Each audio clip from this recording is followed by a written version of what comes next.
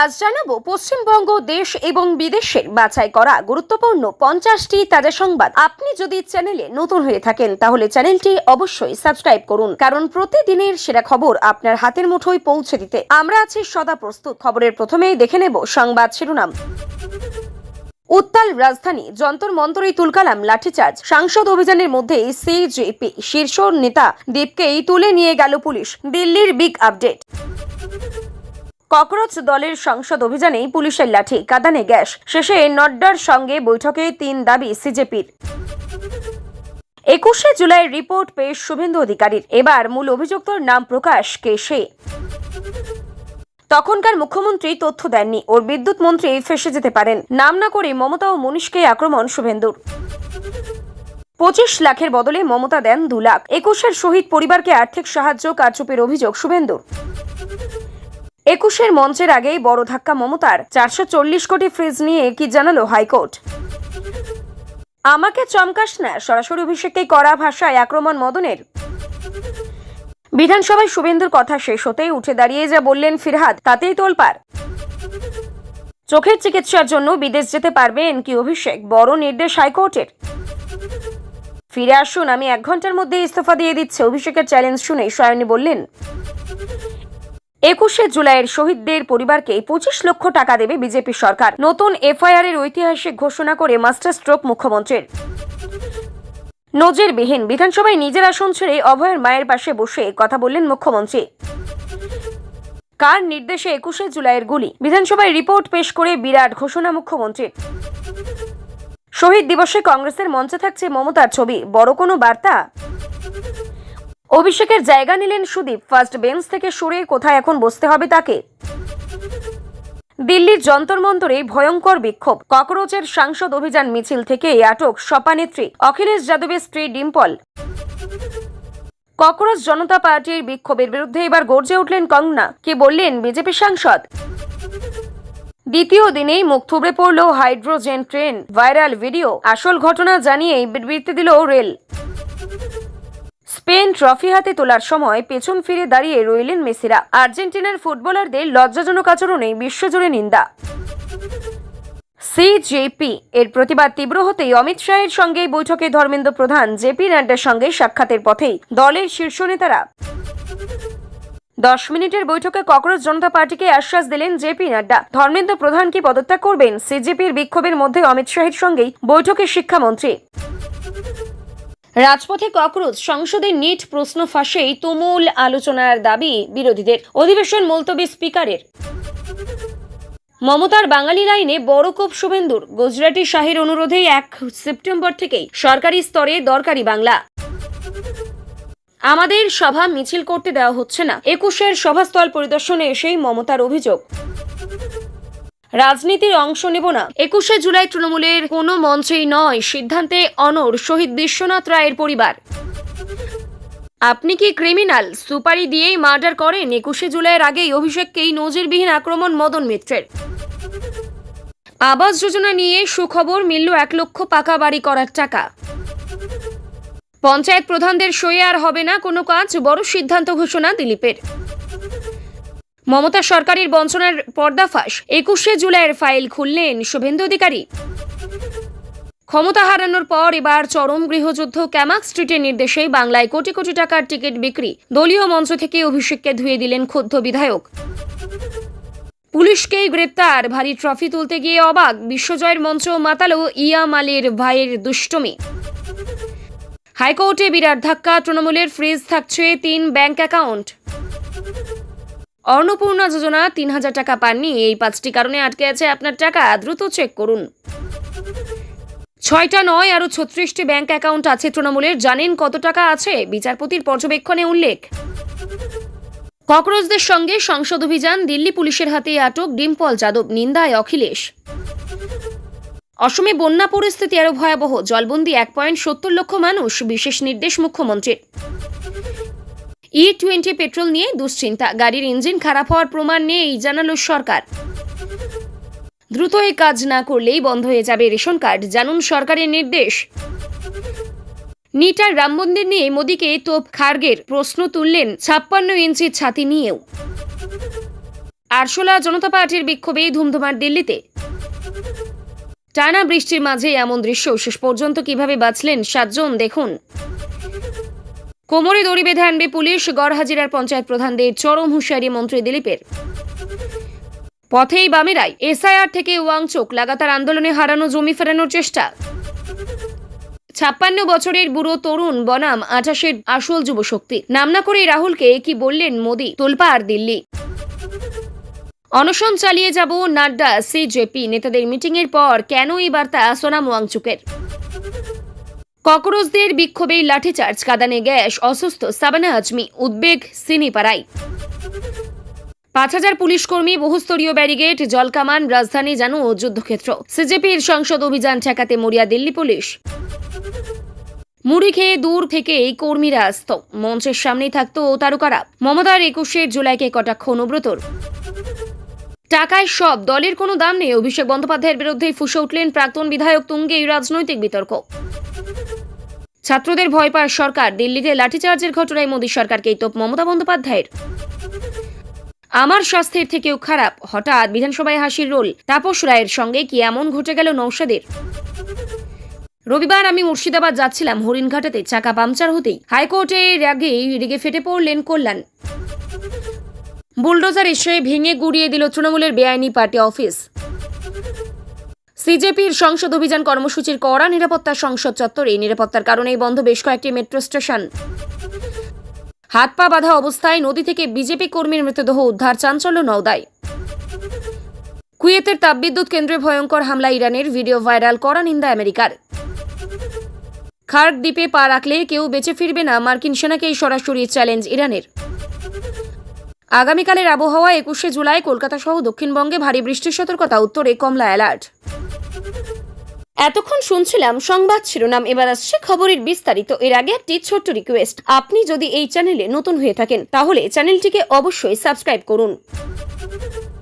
দিল্লির যন্তর মন্তর থেকেই সংসদ অভিযানের ডাককে কেন্দ্র করে সোমবার রাজনীতিতে ব্যাপক উত্তেজনার সৃষ্টি হয়। সকাল থেকে যন্তর মন্তর, সংসদ চত্বর এবং আশেপাশে গুরুত্বপূর্ণ এলাকায় বিপুল পরিমাণ পুলিশ ও আধা সামরিক বাহিনী মোতায়েন করা হয়। সংসদের দিকেও মিছিল এগোতে শুরু করলে একাধিক জায়গায় পুলিশ ব্যারিকেড দিয়ে তা আটকে দেয়। পরিস্থিতি উত্তপ্ত হয়ে উঠলে পুলিশ লাঠিচার্জ করে এবং কাঁদানে গ্যাসের সেলও ফাটানো হয় বলেও একাধিক প্রতিবেদনে উল্লেখ করা হয়েছে।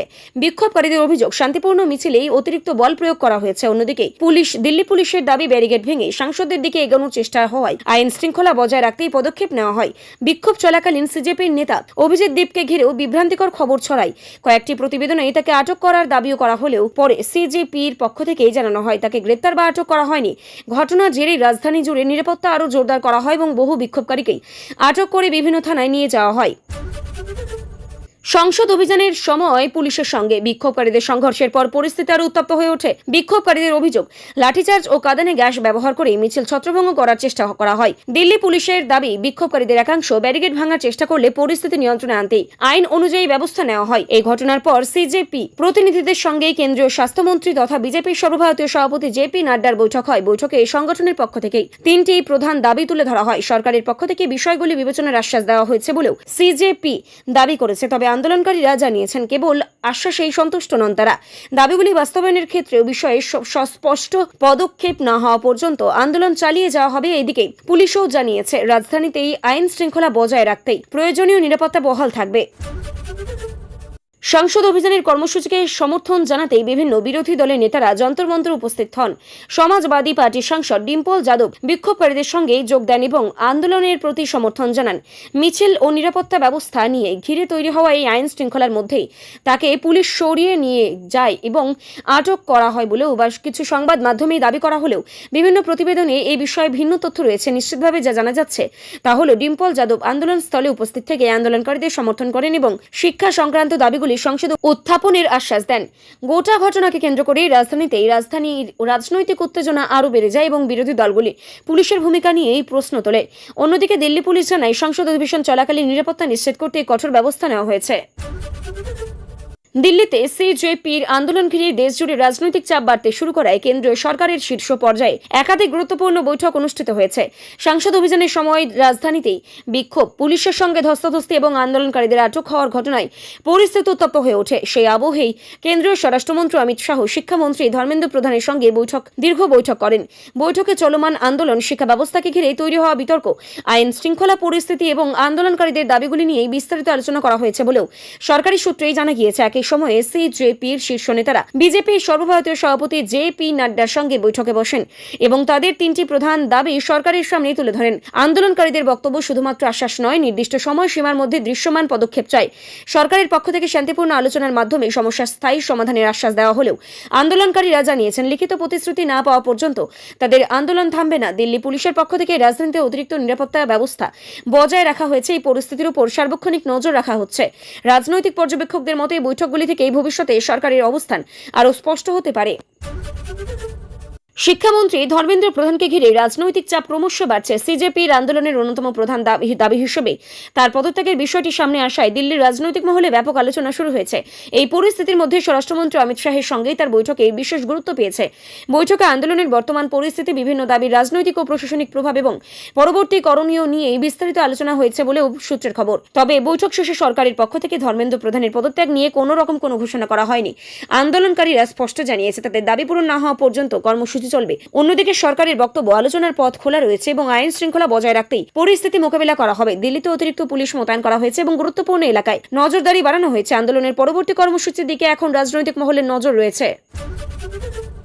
21শে জুলাই 1993 সালের ঘটনাকে কেন্দ্র করেই পশ্চিমবঙ্গের রাজনীতিতে নতুন করে বিতর্কের সৃষ্টি হয়েছে। বিধানসভায় বিচারপতি সুশান্ত চট্টোপাধ্যায় কমিশনের প্রতিবেদন পেশ করেই মুখ্যমন্ত্রী শুভেন্দু অধিকারী একাধিক গুরুত্বপূর্ণ মন্তব্য করেন এবং তার বক্তব্য, দীর্ঘদিন ধরে আলোচিত এই ঘটনায় এখনও অনেক প্রশ্নের উত্তর পাওয়া যায়নি এবং প্রয়োজনে নিহত পরিবারের সম্মতি নিয়ে নতুন করে আইনি প্রক্রিয়া শুরু করা যেতে পারে।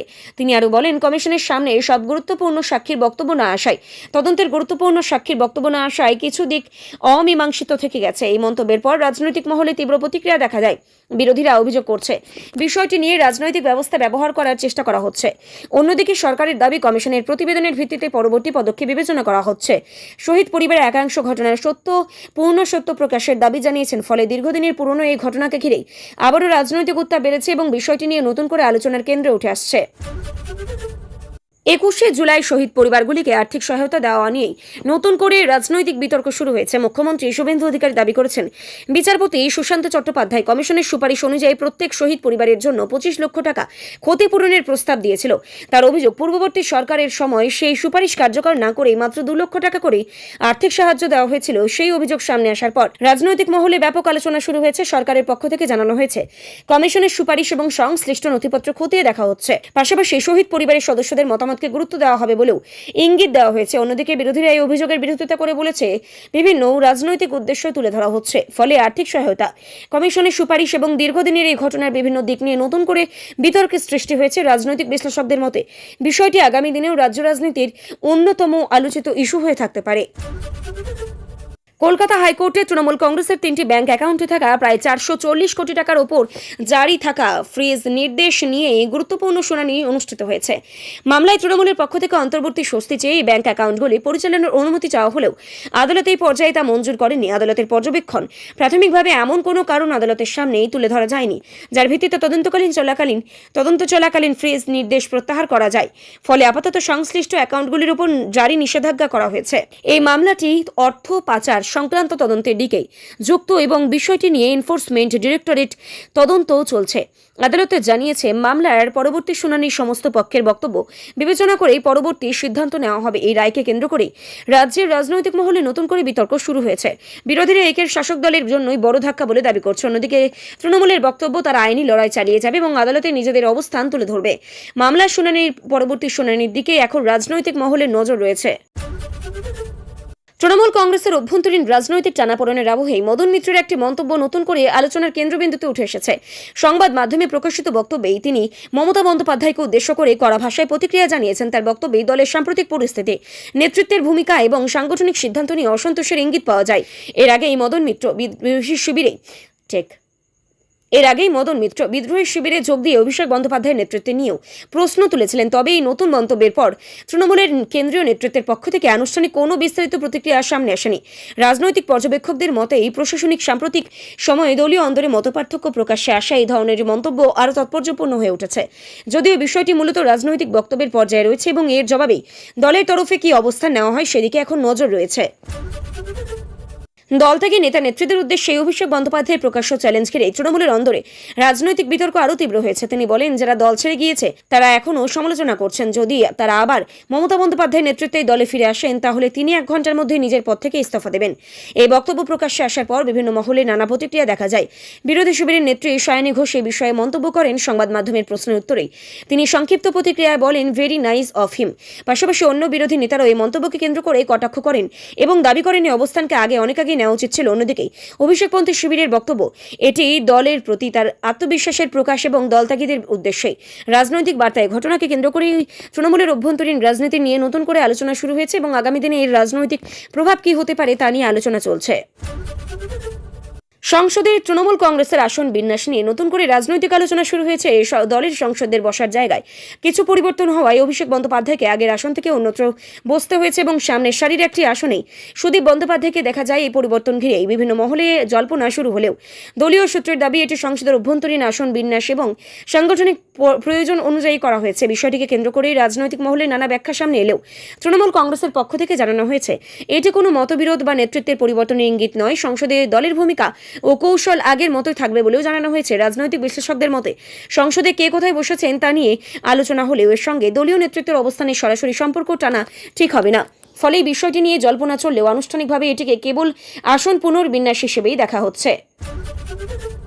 সামাজিক মাধ্যমে একটি ভিডিও ভাইরাল হওয়ার পর দাবি করা হয় ভারতের প্রথম হাইড্রোজেন চালিত ট্রেন চালুর দ্বিতীয় দিনেই বিকল হয়ে পড়েছে এবং সেটিকে ডিজেল ইঞ্জিন দিয়েই টেনে নিয়ে যাওয়া হচ্ছে। ভিডিওটি দ্রুত ছড়িয়ে পড়ার পর ভারতীয় রেলওয়ে এই দাবিকে বিভ্রান্তিকর বলেই জানায়। রেলের ব্যাখ্যা অনুযায়ী ভাইরাল ভিডিওতে যে দৃশ্য দেখা যাচ্ছে সেটি কোনো বিকল হওয়ার ঘটনা নয়। রক্ষণাবেক্ষণ পরীক্ষা বা নির্দিষ্ট অপারেশনাল প্রক্রিয়ার অংশ হিসেবে ট্রেনটিকে ডিজেল লোকোমোটিভ দিয়ে স্থানান্তরিত করা হচ্ছিল। এর জন্যই হাইড্রোজেন প্রযুক্তির ব্যর্থতার কোনো সম্পর্ক নেই। রেল আরও জানিয়েছে, দেশের প্রথম হাইড্রোজেন চালিত ট্রেন একটি পরীক্ষামূলক প্রকল্প এবং নির্ধারিত নিয়ম মেনে এর সমস্ত পরীক্ষা এবং পরিচালনা করা হচ্ছে। তাই সামাজিক মাধ্যমে ছড়িয়ে পড়া বিভ্রান্তিকর তথ্য বিশ্বাস না করে শুধুমাত্র রেলের সরকারি বিবৃতির উপর ভরসা করার আবেদন জানানো হয়েছে।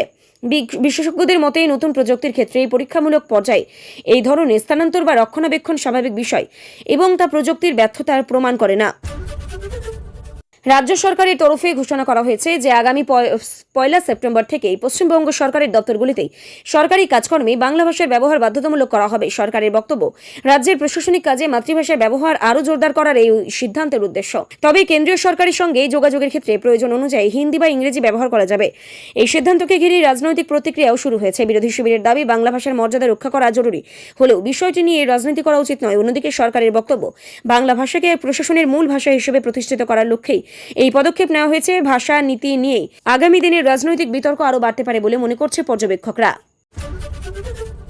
টানা ভারী বৃষ্টি ও উজানের ঢলে অসমের বন্যা পরিস্থিতির আরও অবনতি হয়েছে। সরকারি হিসেবে রাজ্যের বিভিন্ন জেলায় প্রায় 1,70,000 মানুষ বন্যার জেরেই ক্ষতিগ্রস্ত ও জলবন্দী অবস্থায় রয়েছে। একাধিক নদীর জল বিপদসীমার উপর দিয়ে প্রভাবিত হওয়ায় বহু গ্রাম ও শহরের নিম্নাঞ্চল প্লাবিত হয়েছে। প্রশাসনের পক্ষ থেকে ক্ষতিগ্রস্ত পরিবারগুলিকে নিরাপদ স্থানে সরিয়ে নিয়ে যাওয়া হচ্ছে এবং ত্রাণ শিবিরে খাদ্য ও পানীয় জল চিকিৎসার ব্যবস্থা করা হয়েছে। মুখ্যমন্ত্রী সংশ্লিষ্ট জেলা প্রশাসনকে উদ্ধার ও ত্রাণ কাজ আরও দ্রুত করার নির্দেশ দিয়েছেন। সেনাবাহিনী ও বিপর্যয় মোকাবিলা বাহিনীও উদ্ধারে নেমেছে। বহু রাস্তা ও সেতু জলের তলায় চলে যাওয়ায় যোগাযোগ ব্যবস্থা ব্যাহত হয়েছে। আবহাওয়া দপ্তর আগামী কয়েকদিন আরও বৃষ্টির সম্ভাবনা থাকে জানিয়েছে। প্রশাসনের তরফে নদীর ধারে না যাওয়া এবং প্রয়োজন ছাড়া বাড়ির বাইরে বের না হওয়ার পরামর্শ দেওয়া হয়েছে। দিল্লিতে ককরোচ জনতা পার্টি সিজেপির চলো সংসদ কর্মসূচিকে ঘিরেই ব্যাপক উত্তেজনা সৃষ্টি হয়। সংসদের দিকে এখন মিছিল নিয়ে যাওয়ার চেষ্টা করলেই দিল্লি পুলিশ ব্যারিকেড দিয়ে বিক্ষোভকারীদের আটকে দেয়। এরপর কয়েকটি এলাকায় বিক্ষোভকারীদের সঙ্গেই পুলিশের ধস্তাধস্তি হয় এবং পরিস্থিতি নিয়ন্ত্রণে আনতেই লাঠিচার্জ ও কাঁদানে গ্যাস ব্যবহার করা হয় বলেও বিভিন্ন প্রতিবেদনে উল্লেখ করা হয়েছে। আন্দোলনকারীদের অভিযোগ, তাদের শান্তিপূর্ণ বিক্ষোভে অতিরিক্ত বল প্রয়োগ করা হয়েছে। অন্যদিকে পুলিশের দাবি, আইন শৃঙ্খলা বজায় রাখতে প্রয়োজনীয় পদক্ষেপ নেওয়া হয়েছে এবং কিছু বিক্ষোভ বিক্ষোভকারী ব্যারিকেড ভাঙার চেষ্টা করেছে। পরে সিজেপির প্রতিনিধিদের সঙ্গে কেন্দ্রীয় মন্ত্রী জেপি নাড্ডার বৈঠক হয়। বৈঠকের পর আন্দোলনকারীরা জানায় সরকার তাদের দাবিগুলি গুরুত্ব সহকারে শুনছে এবং আলোচনা চালিয়ে যাওয়ার আশ্বাস দিয়েছে। তবে দাবি পূরণ না হওয়া পর্যন্ত আন্দোলন চালিয়ে যাওয়ার কথাও তারা স্পষ্ট করে দিয়েছে। দিল্লিতে ছাত্র যুবদের বিক্ষোভে পুলিশের লাঠিচার্জ ও কাঁদানে গ্যাস ব্যবহারের ঘটনাকে কেন্দ্র করে পশ্চিমবঙ্গের মুখ্যমন্ত্রী মমতা বন্দ্যোপাধ্যায় কেন্দ্রীয় সরকারের তীব্র সমালোচনা করেছেন। তিনি অভিযোগ করেন ছাত্রদের গণতান্ত্রিক আন্দোলনকেই দমন করতে বল প্রয়োগ করা হয়েছে, যা গণতান্ত্রিক মূল্যবোধের পরিপন্থী। তার বক্তব্য, যে সরকার ছাত্রদের কণ্ঠস্বরকে ভয় পায় সেই সরকার মানুষের মতো মত প্রকাশের স্বাধীনতাকেও সংকুচিত করতে চায়। তিনি আহত বিক্ষোভকারীদের প্রতি সমবেদনা জানিয়ে শান্তিপূর্ণ আন্দোলনের অধিকার রক্ষার আহ্বান জানান।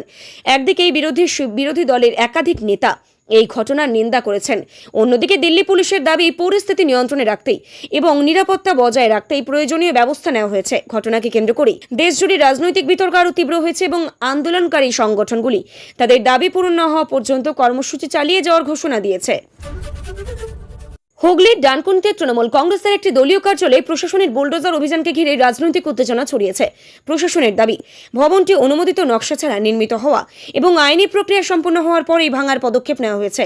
অভিযানের সময় এলাকায় বিপুল সংখ্যক পুলিশ মোতায়েন করা হয় যাতে কোনো অপ্রীতিকর ঘটনা না ঘটে। তৃণমূল কংগ্রেসের অভিযোগ, এই পদক্ষেপ রাজনৈতিক উদ্দেশ্য প্রণোদিত এবং বিরোধী কণ্ঠস্বরকে চাপে রাখার চেষ্টা। অন্যদিকে প্রশাসনের বক্তব্য, রাজনৈতিক পরিচয় নয়, শুধুমাত্র নির্মাণ সংক্রান্ত আইন মেনেই ব্যবস্থা নেওয়া হয়েছে।